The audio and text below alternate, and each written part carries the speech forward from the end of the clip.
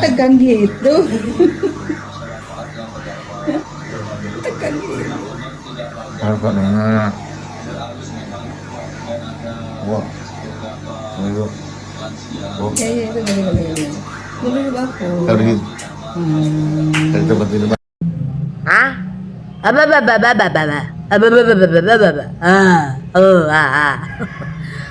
Itu artinya dia mengatakan itu bukan cucu kandungnya. Gue berani ngomong karena dia pernah bilang dia tidak punya anak kandung dari istri pertama, istri kedua.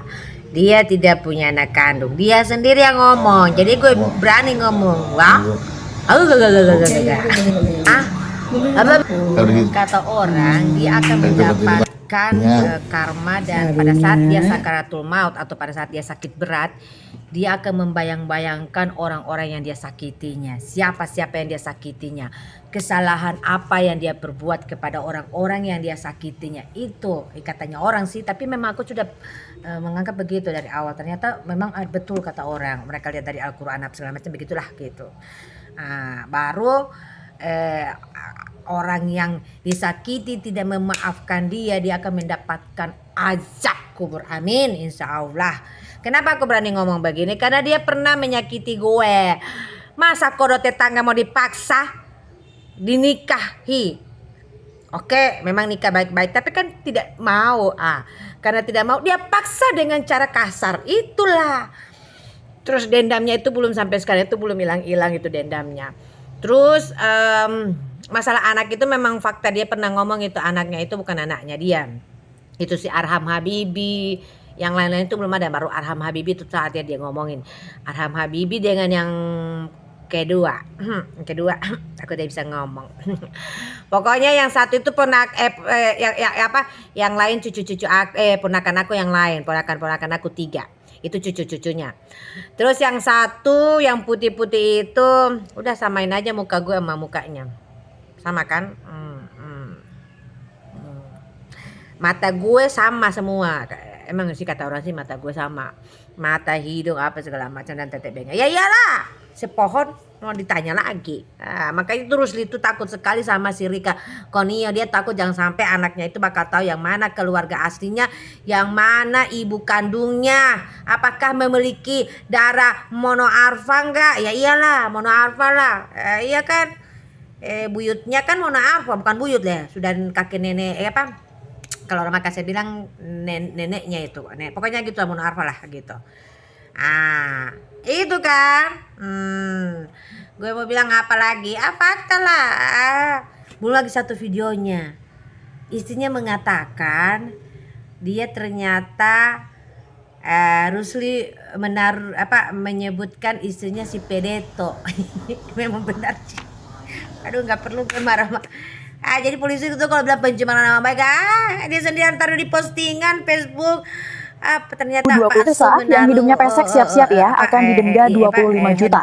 Aturan ini akan diterapkan mulai Mei 2026 oleh pemerintah Konoha.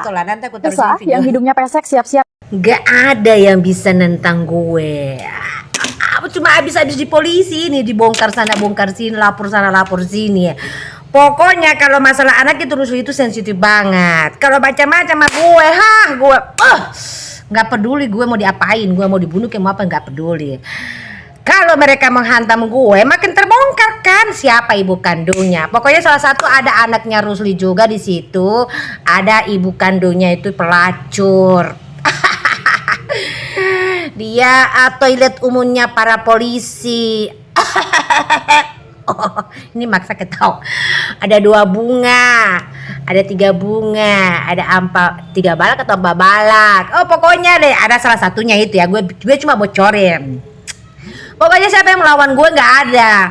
Gue suhunya guys, suhunya. Narasumber asli, nggak boleh dibantah.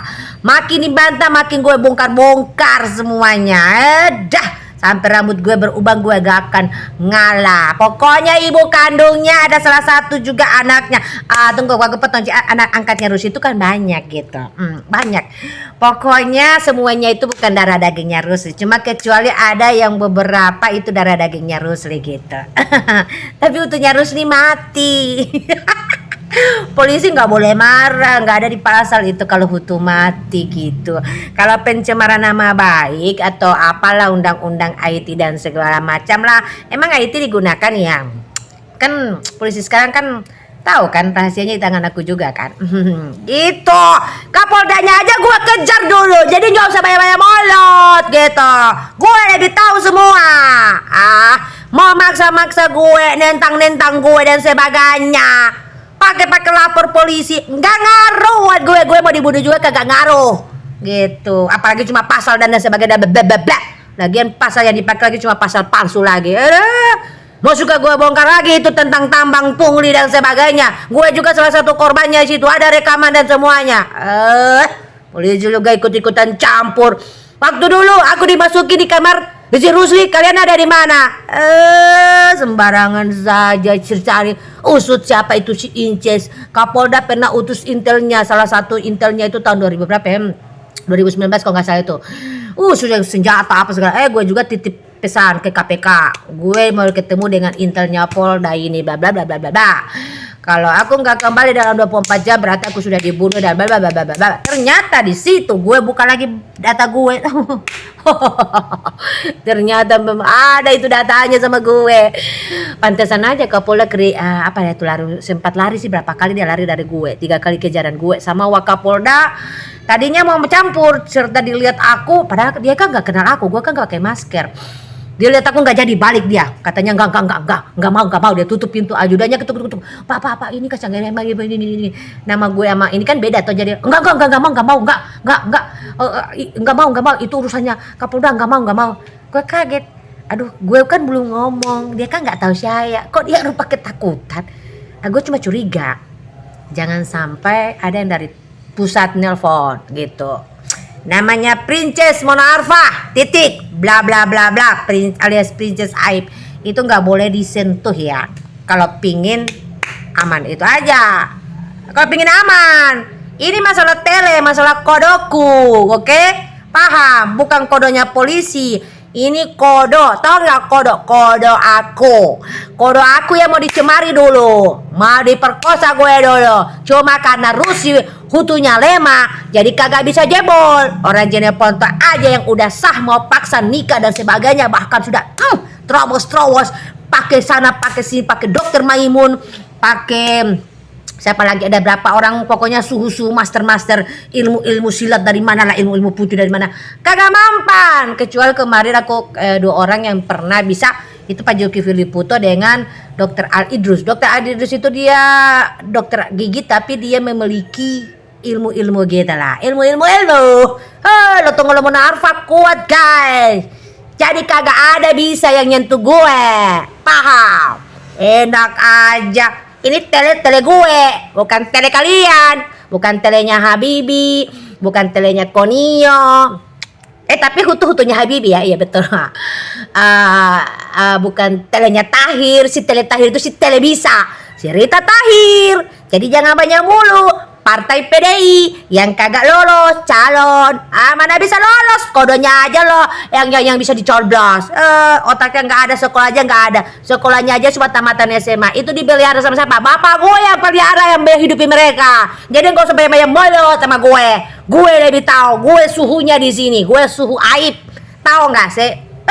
Macam-macam lagi, belum lagi si keluarganya Rusia yang lain. Gue lebih baik ngomong aja ya. Dulu juga aku pernah diganggu sama si Lim Habibie ya. Gue ngomong, dulu aku pernah ditakut-takuti sama si anak buahnya si Ishak Liputo, si siapa dia namanya, aku lupa namanya. Gue lupa namanya. Dia anak buahnya si dia kaget dengan situasi ini, jadi dia telepon aku segala macam. Sudah, ibu ini berani sekali dan blablabla. Dia ancam gue mau lapor ke Ishak Liputo. Gue, terus Habibie aja gue gak tahu apa si Ishak Liputo yang gak ada urusannya. Karena gak berhasil, mereka coba lagi ke Lim Habibie. Kita orang mau lapor sama Lim Habibie. Coba lapor sama Lim Habibie itu tuh dulu di sini lewat di rumah aku begini dia lihat bapakku, kalau ada bapakku nggak berani lewat. Setan nanti matinya bapakku dia berani lewat. Ternyata dia punya niat, pantesan bapakku tahu itu. Terus gue pernah waktu SMA gue pernah dihadang sama Lim Habibie dulu itu, bapak gue udah meninggal. Baru mereka berani sentuh aku. Ada Yani Pala, Ahmad Ngiu itu siapa Anis lagi punya keluarga, dengan Yani Pala dengan anak muda lainnya nongkrong di pasar situ, ada yang madu bau dan tidak. Cuma Lim Habibie yang nggak ada hubungan apa-apa ya. Jadi dia coba ganggu gue waktu itu lalu, tapi gue tantang, gue bilang, apa mau apa? Kalian mau apa? Itu rumah saya mau lewat. Maunya apa? Akhirnya Lim gak berani ya, karena aku pernah dengar dia itu mau tarik-tarik orang, dia tarik dengan paksa. Masuk dia paksa naik motornya. Gue gak bisa naik motor, Bang. Sudah, gue pulang. Besok-besok dia jadi baik. Beli ayam, bolak-balik ke mama. Beli ayam mau akrab-akrab ke mama gue. Dia pakai buat tola-tola itu. Makanya buat tapi ini ayam bangko-bangko mau dibeliin. Kita kan punya peliharaan ayam dulu toh. Sudah, gue nonton. Dia permisi. Udah tahu-tahu pintu di depan mukanya 2 langkah. Mau permisi sama gue. Permisi sama gue agak jauh dari posisinya. Gue di ruang tengah, dia ikut samping pavilion. Pintu mau ikut permisi itu jauh banget. Padahal yang pintu kedua ada di depan matanya Selim. Mau permisi. Gue nggak bersuara. Gue masih bocah itu lalu, masih kelas 1 SMA kalau nggak salah.